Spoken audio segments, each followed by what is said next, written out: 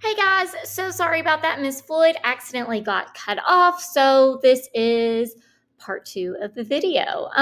So our discussion question today, this is what I want you to write in your science notebook. We are going to be looking at a plant. We're going to take a plant out of one location and put it into a new location. So I'm going to start the video and you are going to figure out what that plant is and think about where that plant is being taken from and what that plant may need.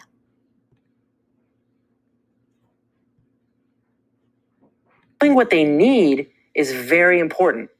When gardeners or farmers set out to grow plants, they have to be very careful about where they put things. For each plant, they have to ask themselves, how much water does the plant need? And how much light does the plant need? Here's a warm-up question for you. Imagine you were standing on the shady forest floor, which was covered in ferns. And I dug up a fern and placed it in a pot like. Okay, first off, let's think about a forest. In the video about 2 seconds ago, it said the shady forest floor.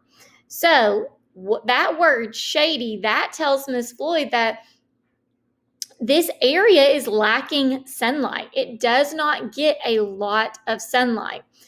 Also, what else do you know about the forest? The forest is covered in greenery. It's covered in ferns. It's covered in trees. What might that plant also need? We already know it needs little sunlight, but also it needs a lot of rain, a lot of moisture. So those are 2 things that this specific plant needs. Like this, and then told you to plant it at home. Where would you put the fern to make sure it gets what it needs? All right, guys, I am going to show you a picture, and based on that picture, we're going to discuss it a little bit. I want you to tell me where you would put the fern and why in your journal.